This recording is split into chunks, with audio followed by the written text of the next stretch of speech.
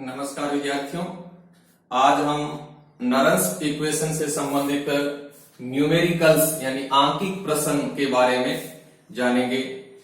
Exam में generally नरंस equation से संबंधित दो प्रकार के न्यूमेरिकल्स पूछे जाते हैं, जिनमें एक तो किसी सेल का विद्युत वाहक बल ज्ञात करना पूछा जाता है और दूसरा किसी सेल का साम्य स्थिरांक यानी इक्विलिब्रियम कांस्टेंट ज्ञात करना पूछा जाता है।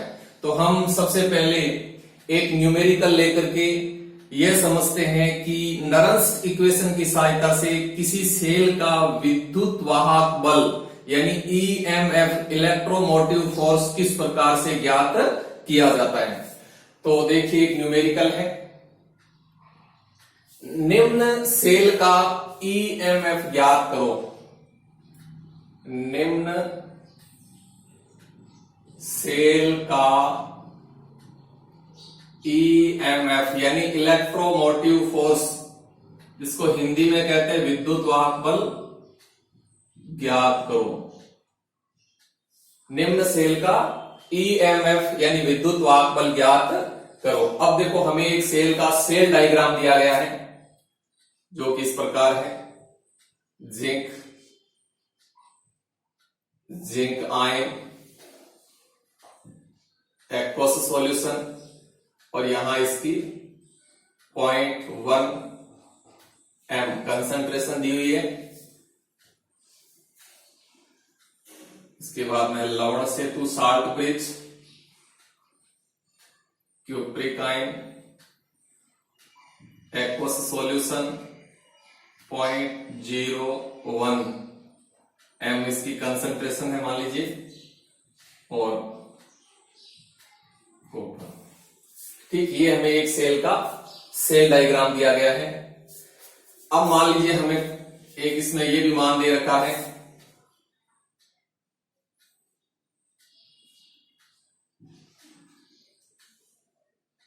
E नॉट जिंक से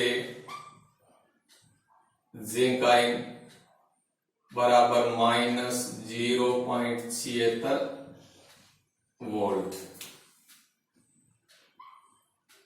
ई नोट कॉपर से कॉपर आयन बराबर 0.34 वोल्ट।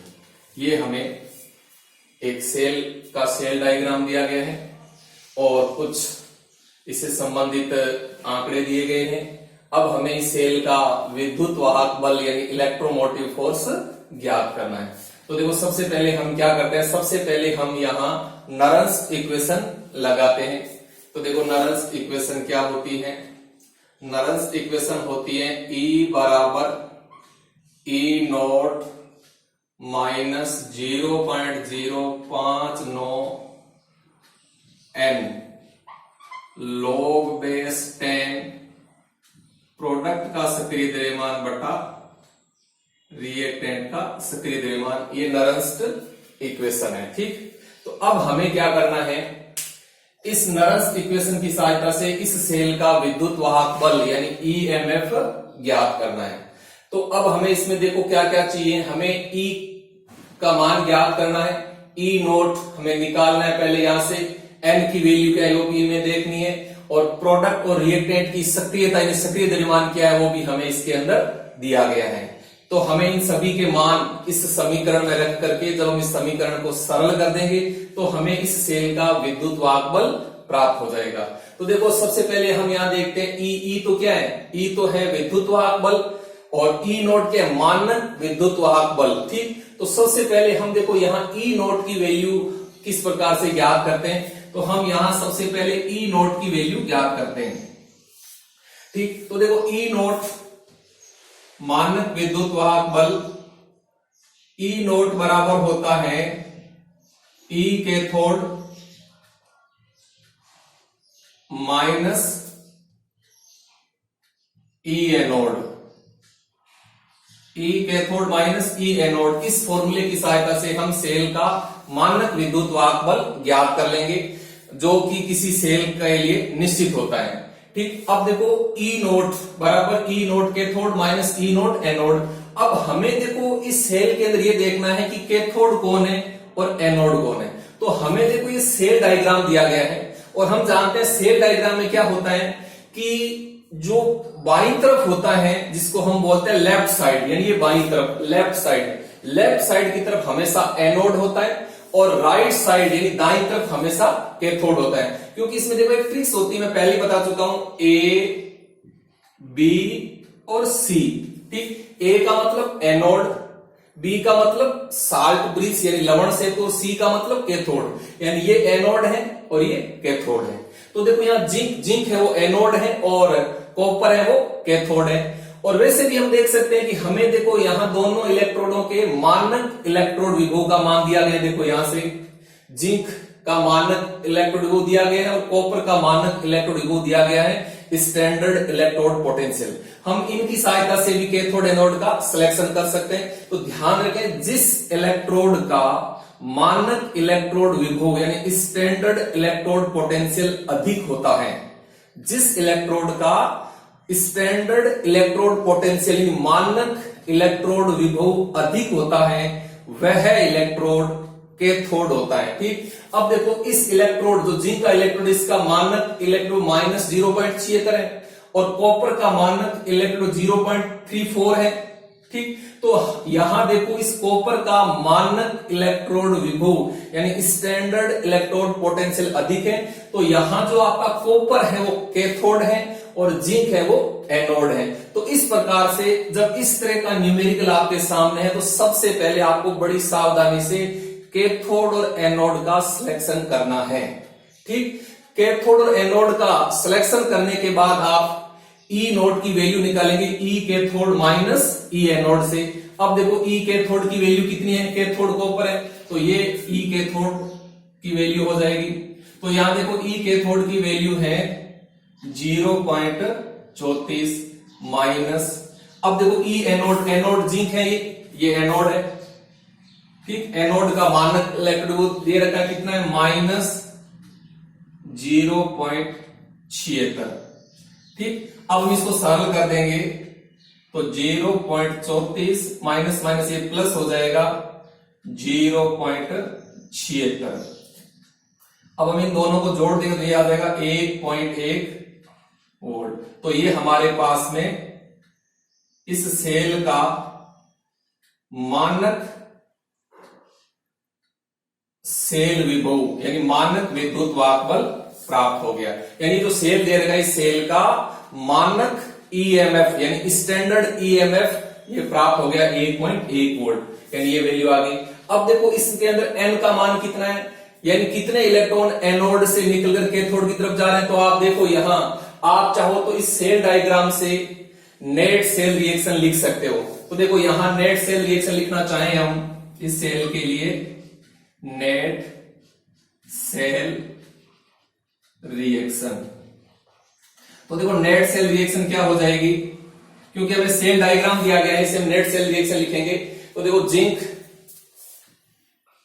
जिंक सॉलिड प्लस ये लिख लिया, इसके बाद आप यहां से लिखेंगे क्यूप्रिगाइन एक्वस सॉल्यूशन। इसके बाद देखो प्रोडक्ट के रूप में क्या हो जाएगा, जिंकाइन एक्वस सॉल्यूशन प्लस और इधर से आ जाएगा ये कॉपर। ये नेट सेल रिएक्शन होगी। अब देखो इसके अंदर ये दोनों प्रोडक्ट है और ये दोनों रिएक्टेंट है। क्योंकि हमें प्रोडक्ट बटा रिएक्टेंट चाहिए, तो प्रोडक्ट के रूप में जिंकाइन और उदासीन कॉपर परमाणु है और रिएक्टेंट के रूप में उदासीन जिंक परमाणु और कॉपर आयन है। और हम जानते हैं कि जो शुद्ध सॉलिड या शुद्ध लिक्विड होते हैं उनका सक्रिय द्रव्यमान हमेशा कितना होता है, उनका सक्रिय द्रव्यमान 1m होता है। तो इसका देखो 1m हो जाएगा इसका, और इधर देखो जो जिंक है इसका भी 1m हो जाएगा। ठीक, तो क्योंकि जो ये शुद्ध सॉलिड है और ये भी शुद्ध सॉलिड है, तो शुद्ध सॉलिड जो शुद्ध लिक्विड होता है उनकी सक्रियता, उनका एक्टिव मास है वो 1m माना जाता है। तो ये 1m हो गया। अब देखो प्रोडक्ट के रूप में क्या हो गया, प्रोडक्ट के रूप में जिंक आयन और रिएक्टेंट के रूप में क्या हो गया, आपका क्यूप्रिक आयन हो गया। तो इस प्रकार से हम सबके मान रख देते हैं। तो देखो यहां E बराबर ई नोट की वैल्यू क्या है, देखो ई नोट की वैल्यू ये आ गई 1.1 माइनस 0.059। अब n की वैल्यू कितनी है, देखो यहाँ n की वैल्यू 2 है, क्योंकि देखो ये 2 इलेक्ट्रॉन जब त्यागता है और ये 2 इलेक्ट्रॉन ग्रहण करते हैं, जिंक से 2 इलेक्ट्रॉन निकल करके कॉपर की तरफ जा रहे हैं, तो इसका मतलब n की वैल्यू 2 होगी। तो यहां हम रख देते हैं 2 log बेस 10। अब प्रोडक्ट का सक्रिय द्रव्यमान क्या है, देखो प्रोडक्ट क्या है, जिंक आयन, ठीक है। तो जिंक आयन की देखो सक्रियता कितनी है, ये देखो दे रखे 0.1, तो यहां हम लिख देंगे 0.1। अब बटा में क्या करेंगे, देखो रिएक्टेंट का सक्रिय द्रव्यमान, रिएक्टेंट क्या है यार, रिएक्टेंट क्यूप्रिक आयन है, क्योंकि इसका सक्रिय द्रव्यमान तो 1m है, तो क्यूप्रिक आयन है वही आपका मेन रिएक्टेंट है, जिसकी सक्रियता आपको दी गई है देखो 0.01, तो यहां हो जाएगा 0.01। तो हमने क्या किया, इस नरंस्ट इक्वेशन में सभी मान रख दिए। अब हम इसको सरल कर देते हैं, तो हमें सेल का इलेक्ट्रोमोटिव फोर्स विद्युत वाहक बल प्राप्त हो जाएगा। तो देखो हम इसको सरल करते हैं, E बराबर 1.1 माइनस 0.059 बटा 2 log बेस 10। यहां हम इसको सरल करते हैं तो यहां आ जाता है log 10, ठीक। अब देखो log 10 की वैल्यू कितनी होती है, log 10 की वैल्यू 1 होती है, तो यहां log 10 की वैल्यू 1 हो जाएगी। तो E बराबर क्या आ जाएगा 1.1 माइनस 0.059 बटा 2, ये 1 हो जाएगा, ठीक। अब हम आगे सरल करते हैं, देखो इसको, तो E बराबर 1.1 यहां माइनस, अब देखो इसके 2 का भाग लगा दो, तो ये आ जाएगा 0.02 और 9, ठीक, ये आ जाता है। अब हम 1.1 में से इसको घटा दो, यानी 1.100, इसमें से घटा दो 029, तो इसको घटाएंगे तो देखो 10 में से 9 गया 1, और या 9 में से 2 गए 7, ये 0.1, तो इसका आ जाता है 1.071 वोल्ट। तो ये सेल का विद्युत वाहक बल यानी इलेक्ट्रोमोटिव फोर्स प्राप्त हो गया। तो इस प्रकार से हम नरंस्ट इक्वेशन की सहायता से किसी सेल का इलेक्ट्रोमोटिव फोर्स विद्युत वाहक बल आसानी से ज्ञात कर सकते हैं, क्योंकि आपको जो न्यूमेरिकल दिया गया है उसमें आपको हो सकता है कि सेल डायग्राम दे रखा है, हो सकता है कि आपको नेट सेल रिएक्शन दी गई है, तो आप उनकी सहायता से सबसे पहले नरंस्ट इक्वेशन लगाइए। नरंस्ट इक्वेशन लगाने के बाद आप उसमें देखिए कि मानक विद्युत वाहक बल की वैल्यू क्या है, एन की वैल्यू क्या है, प्रोडक्ट का सक्रिय द्रव्यमान क्या है और रिएक्टेंट का सक्रिय द्रव्यमान क्या है।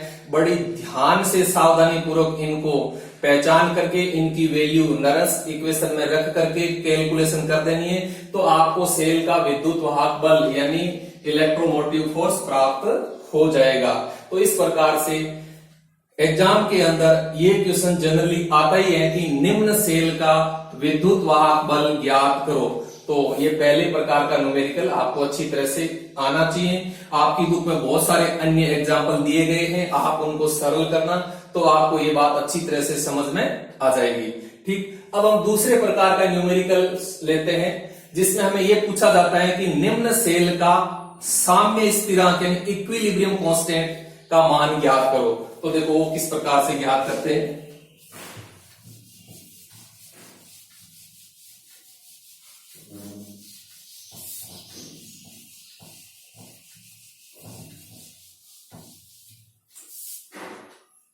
दूसरे प्रकार का न्यूमेरिकल लेते हैं, निम्न सेल का साम्य स्थिरांक ज्ञात करो। निम्न सेल का साम्य स्थिरांक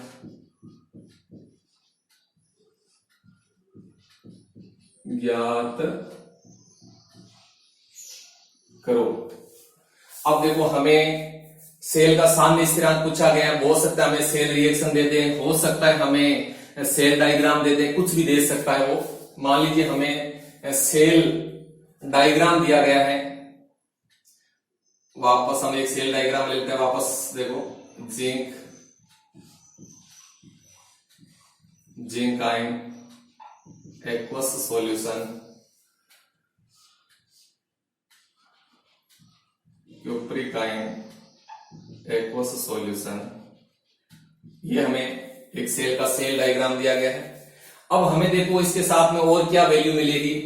अब हमें हो सकता है कि कैथोड और एनोड का मानक इलेक्ट्रोड विभव यानी स्टैंडर्ड इलेक्ट्रोड पोटेंशियल दिया गया है, या फिर हमें सीधा ही सेल का मानक विद्युत वाहक बल दिया जा सकता है। जो भी है, यदि हमें कैथोड और एनोड दोनों का अलग अलग मानक इलेक्ट्रोड पोटेंशियल यानी मानक विद्युत वाहक बल दिया गया है, तो हम उन दोनों की सहायता से पहले सेल का मानक विद्युत वाहक बल यानी स्टैंडर्ड सेल पोटेंशियल यानी स्टैंडर्ड ईएमएफ ज्ञात कर लेंगे और फिर मान रख लेंगे। ठीक, तो निम्न सेल का साम्य स्थिरांक ज्ञात करो। ये हमें एक सेल का सेल डायग्राम दिया गया और यहां मान लीजिए हमें सेल का मानक सेल विभव का मान दिया गया है 1.1 वोल्ट।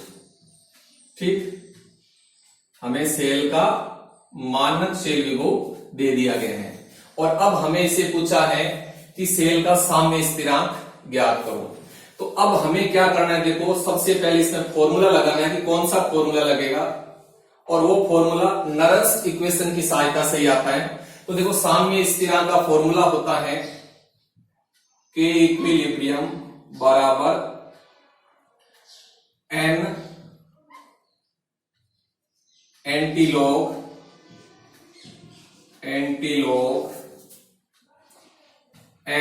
ई नोट बटा 0.059, ये फॉर्मूला आपको लगाना है। और ये जो फॉर्मूला है ये नरंस इक्वेशन से ही आता है। अब देखो हमें यहाँ क्या क्या वैल्यू चाहिए, हमें एक तो एन की वैल्यू चाहिए, एक ई नोट की वैल्यू चाहिए, बस दो ही वैल्यू चाहिए। तो ई नोट की वैल्यू तो हमें दी गई है, ई नोट का मतलब होता है स्टैंडर्ड सेल पोटेंशियल यानी मानक सेल विभव, जिसकी वैल्यू हमें दी गई है। हो सकता है हमें ये ई नोट की वैल्यू न दे करके कैथोड और एनोड दोनों का अलग अलग स्टैंडर्ड इलेक्ट्रोड पोटेंशियल दिया गया है, तो हम उन दोनों की सहायता से पहले सेल का स्टैंडर्ड सेल पोटेंशियल निकाल लेंगे, उसका फॉर्मूला लगाएंगे ई सेल बराबर ई कैथोड माइनस ई एनोड से। ठीक, और या फिर हमें सीधा ही स्टैंडर्ड सेल पोटेंशियल दिया तो कोई दिक्कत नहीं। अब एन की वैल्यू क्या गई, एन का मतलब कितने इलेक्ट्रॉन एनोड से निकलकर कैथोड की तरफ जा रहे हैं। तो देखो हम यहाँ सेल डायग्राम से देख रहे हैं कि 2 इलेक्ट्रॉन, क्योंकि यहां से जब 2 इलेक्ट्रॉन निकलते हैं तो जिंक आयन प्राप्त होता है, और जब क्यूप्रिक आयन 2 इलेक्ट्रॉन ग्रहण करते हैं तो कॉपर प्राप्त होता है। तो यहाँ एन की वैल्यू 2 हो जाती है। तो हम देखो यहाँ सारे मान रख देते हैं। तो के इक्विलिब्रियम बराबर एंटीलॉग एन की वैल्यू कितनी है यहाँ 2, और ई नोट की वैल्यू हमें दी गई है 1.1, और यहां आ जाएगा 0.059। ठीक, अब इसको सरल कर देते हैं। के इक्विलिब्रियम बराबर एंटीलॉग, अब देखो इसको हम गुणा करते हैं, इसको गुणा करके जब 0.059 का भाग देते हैं तो हमारे पास में वैल्यू आ जाती है 37.288। ठीक, अब हमें 37.288 का एंटीलॉग लेना आना चाहिए। तो देखो इसका एंटीलॉग लेंगे तो हमें इक्विलिब्रियम कांस्टेंट की वैल्यू प्राप्त हो जाएगी के इक्विलिब्रियम बराबर, अब देखो जब हम इसका एंटीलॉग लेंगे तो ये जो 37 है ये तो 10 की पावर में चला जाएगा, तो यहां आ जाएगा 10 की पावर 37 गुणा। अब देखो 0.288 का हम एंटीलॉग टेबल की सहायता से इसका एंटीलॉग देख लेंगे, और जब हम इसका 0.288 का एंटीलॉग लेंगे तो इसकी वैल्यू आएगी 1.94। तो ये हमें इस सेल का साम्य स्थिरांक का मान प्राप्त हो जाता है। तो इस प्रकार से हम नरंस इक्वेशन की सहायता से किसी सेल का साम्य स्थिरांक इस फॉर्मूले की सहायता से आसानी से ज्ञात कर सकते हैं, जिसमें हमें ये फॉर्मूला लगाना है के इक्विलिब्रियम बराबर antilog n E naught cell बटा 0.059। यहां देखो एन और ई नोट की वैल्यू हमें चाहिए, तो आप एन की वैल्यू सावधानी पूर्वक जो आपको आंकड़े दिए गए, हो सकता है आपको नेट सेल रिएक्शन दी गई है, हो सकता है आपको सेल डायग्राम दिया गया है, तो उनकी सहायता से आप पहले एन की वैल्यू निकाल लीजिए और फिर आप ई नोट का मतलब स्टैंडर्ड सेल पोटेंशियल, जिसकी वैल्यू या तो आपको सीधी दी गई है या फिर आपको कैथोड और दोनों का अलग अलग स्टैंडर्ड इलेक्ट्रोड पोटेंशियल दिया गया, तो उनकी सहायता से आप पहले ई नोट की वैल्यू निकाल लीजिए, फिर इन दोनों का मान रख करके सरल कर दीजिए और आखिर में आप इनका एंटीलॉग ले लीजिए, तो आपको साम्य स्थिरांक की वैल्यू है वो प्राप्त हो जाएगी। तो इस प्रकार से आज की इस वीडियो में हमने नरंस इक्वेशन से संबंधित जो न्यूमेरिकल्स आते हैं उनको किस प्रकार से हल किया जाता है इनके बारे में समझा। हमारी बुक के अंदर बहुत सारे उदाहरण दिए गए हैं, बहुत सारे एग्जांपल्स दिए गए हैं, आप उनको आराम से बैठ करके मिलाना तो आपको ये न्यूमेरिकल अच्छी तरह से समझ में आ जाएंगे। थैंक यू, धन्यवाद।